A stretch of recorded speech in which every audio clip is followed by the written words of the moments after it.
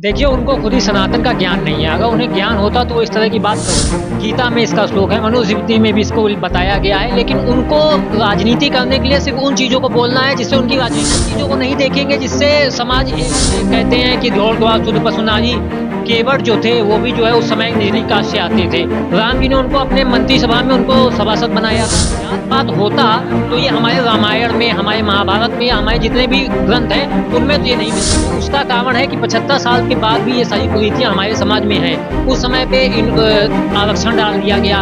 उस समय आया था कि 10 साल के लिए ये रहेगा, लेकिन तब से वो चलता आ रहा है, चलता आ रहा है। 76 साल हो गए हैं और आज भी वो आरक्षण। हमें खुद के विषय में ही ज्ञान नहीं है। हम स्वाध्याय करेंगे, हम अपने विषय में जानेंगे, हम अपने ग्रंथों को पढ़ेंगे, वेदों को पढ़ेंगे, तब हमें पता चलेगा कि ये सारी चीज़ें जो भी नेता लोग हमें बांटने के लिए करते हैं, ये हमारे धर्म और संस्कृति से कोई भी लेना देना इसका नहीं हो जाता है। कर्म से ब्राह्मण बनते हैं, कर्म से क्षत्रिय बनते हैं, कर्म से वैश्य बनते हैं, कर्म से शूद्र बनते हैं। पीढ़ी है वही भ्रमित होती है। तो अब इस तरीके की चीज़ें, एजुकेशन सिस्टम को भी हमको सुधारना है, हमको सामाजिक व्यवस्थाओं को भी सुधारना है, हमें राजनीतिक दृष्टि से भी देखना है कि कहाँ पे क्या चीज़ गलत हो रही है। तो बहुत सारी चीज़ें हैं जिन पे हमें ध्यान देने की आवश्यकता है। TCL न्यूज़ इंडिया, देश के नाम। एक चीज और आप लोग से पूछना चाहता हूं आपसे, सनातन धर्म संस्कृति हमें क्या दिखाती? ब्राह्मण, क्षत्रिय, वैश्य और शूद्र, इस पर बवाल हुआ। स्वामी प्रसाद मौर्य ने बोला भाई यहाँ पर ढोल गवार शूद्र पशुनारी सकल ताड़न के अधिकारी। इसमें इन्होंने कहा कि ये दबाने की बात है महिलाओं को, पिछड़ों को। आप लोग को क्या लगता है? देखिए, उनको खुद ही सनातन का ज्ञान नहीं है। अगर उन्हें ज्ञान होता तो वो इस तरह की बात करते नहीं। हमारे यहाँ ब्राह्मण, क्षत्रिय, वैश्य, शूद्र ये वर्ण हैं। गीता में इसका श्लोक है, मनुस्मृति में भी इसको बताया गया है, लेकिन उनको राजनीति करने के लिए सिर्फ उन चीज़ों को बोलना है जिससे उनकी राजनीति चल सके। वो उन चीज़ों को नहीं देखेंगे जिससे समाज एक हो। उन्हें समाज बांटना है, राजनीति करनी है, इसलिए वो उन चीज़ों को उठाते हैं। जैसे वो सती प्रथा को उठा लेंगे, वो कहीं से जात पात को उठा लेंगे, वो विधवा प्रथा को उठा लेंगे। अरे रामायण महाभारत में देखिए आप, कहाँ पे सती प्रथा थी? दशरथ जी का देहांत हुआ, कहाँ सती प्रथा थी? कहीं थी, कहीं नहीं थी। महाभारत में देखिए कहाँ सती प्रथा थी? कहीं कुछ नहीं था। जब ये कहते हैं कि ढोल गवार शुद्ध पशुनारी केवट जो थे वो भी जो है उस समय निचली कास्ट से आते थे। राम जी ने उनको अपने मंत्रिसभा में उनको सभासद बनाया था। तो अगर जात पात होता तो ये हमारे रामायण में, हमारे महाभारत में, या हमारे जितने भी ग्रंथ हैं उनमें तो ये नहीं मिलता है। ये सारी चीज़ें जो हैं 1000 सालों से, जब से मुगल आए, अंग्रेज आए, और उसके बाद से भी राजनीति 1947 में अगर एक सही सत्ता होती तो वो सब उस समय बहुत एक अच्छा अवसर था इन चीज़ों को ख़त्म करने का, लेकिन वो लोग इस चीज़ को नहीं कर पाए। तो उसका कारण है कि 75 साल के बाद भी ये सारी कुरीतियाँ हमारे समाज में हैं। उस समय पे आरक्षण डाल दिया गया। उस समय आया था कि 10 साल के लिए ये रहेगा, लेकिन तब से वो चलता आ रहा है, चलता आ रहा है, और 75 साल हो गए हैं और आज भी वो आरक्षण चलता आ रहा है। तो सारी चीज़ें जो भी है, जात पात है, ये अपनी राजनीति बांटने के लिए ये सारे लोग इस चीज़ की चीज़ों को उठाते हैं। इसका हमारे धर्म से, हमारी संस्कृति से कोई लेना देना नहीं है।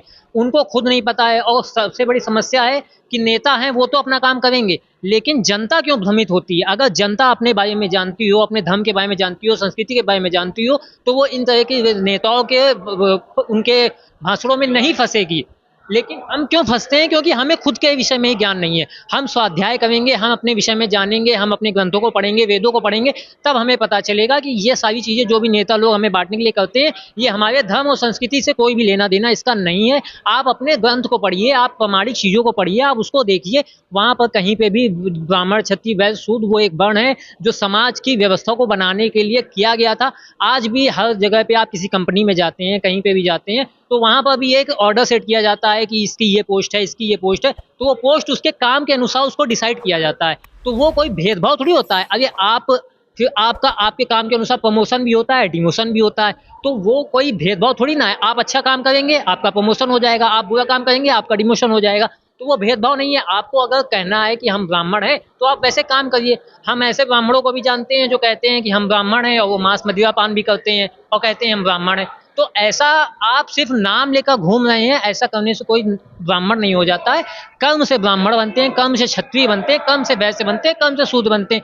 जो व्यापार कर रहा है वो वैश्य है।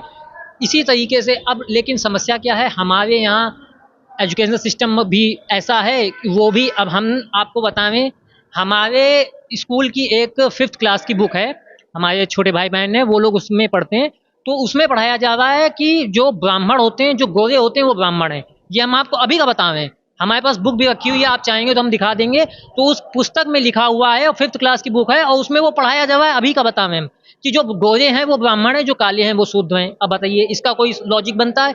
लेकिन वो पढ़ाया जा रहा है, वो भी पढ़ रहे हैं। अब आर्यन और द्रविड़न वाली थ्योरी देख लीजिए, वो कितनी पहले वो थ्योरी जो है वो डिस्ट्रॉय हो चुकी है, वो थ्योरी झूठी है, लेकिन अभी भी वो स्कूलों में पढ़ाया जा रहा है। तो बहुत सारी चीजें हैं जिनको एक एक करके हमें देखना पड़ेगा, समझना पड़ेगा। राजनीति है वो तो अपनी जगह पे वो करेंगे ही, लेकिन हमें अपना जो हम पहले कर सकते हैं हमें वो देखना चाहिए, वो समझना चाहिए, और अपने स्तर पे पढ़ना चाहिए, देखना चाहिए। और सिर्फ स्कूल में जो पढ़ा दिया गया ये मान लें कि वो ही सही है, ऐसा बिल्कुल भी नहीं है।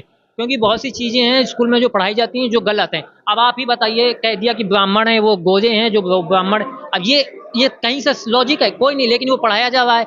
अब आप ये सोचिए कि आज जो बच्चे वो चीज पढ़ रहे हैं उनके दिमाग में तो वही चीज है ना।